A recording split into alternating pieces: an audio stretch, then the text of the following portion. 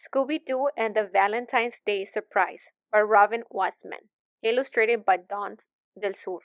All of the Valentines are missing.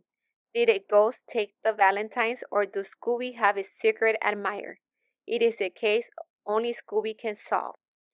Scooby and the gang were excited to celebrate Valentine's Day. They sent Valentines to all their friends and family. They couldn't wait to receive Valentines in their mail, too. But when they opened the mailbox, they were sad to find it empty. "Do you know where our mail is?" Velma asked the mailman. The mailman was very confused. He scratched his head and thought for a minute. "I'm not sure," he said. "I'll have to retrace my steps." "I'll help you," said Fred. "Let's search for clues." But Scooby and Shaggy were scared. "Like, what if a ghost took our Valentines?" asked Shaggy. "Roost," said Scooby. Scooby jumped into a bush to hide.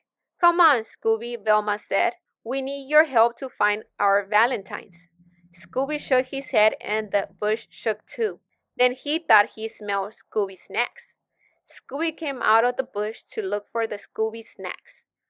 "We should ask the mailman to help us," said Velma. The mailman drove Scooby and the gang to Mrs. Fieldman's house. "I dropped off a lot of Valentines at this house," said the mailman. "Then I was chased down the street by a dog." "Do you remember what the dog looked like?" asked Daphne. "She was wearing a red bow," said the mailman. Everyone looked for clues in Mrs. Fieldman's yard. Scooby found nothing yummy. Velma picked up something small and red. "It is a bowl," asked Daphne.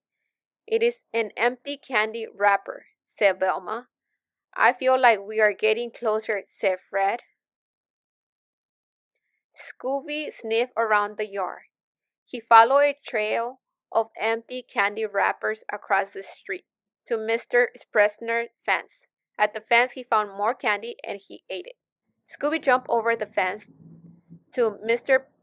Peterson's house. He couldn't believe what he found. There was Mr. Peterson's dog, Rosie. Rosie had their Valentines and all their candy. The gang had all received Valentines from their friends and family. Shaggy got a box of chocolates from his cousin Jennifer. Fred and Daphne received flowers and a card from their friend Julia. Velma got a stuffed teddy bear from her Aunt Susan. But Scooby only got a card. Where were his Scooby snacks? Scooby searched through Rosie's pile of cards. He found lots of cards and chocolates, but he did not find the Scooby snacks. Rosie poked her head around the tree and watched him.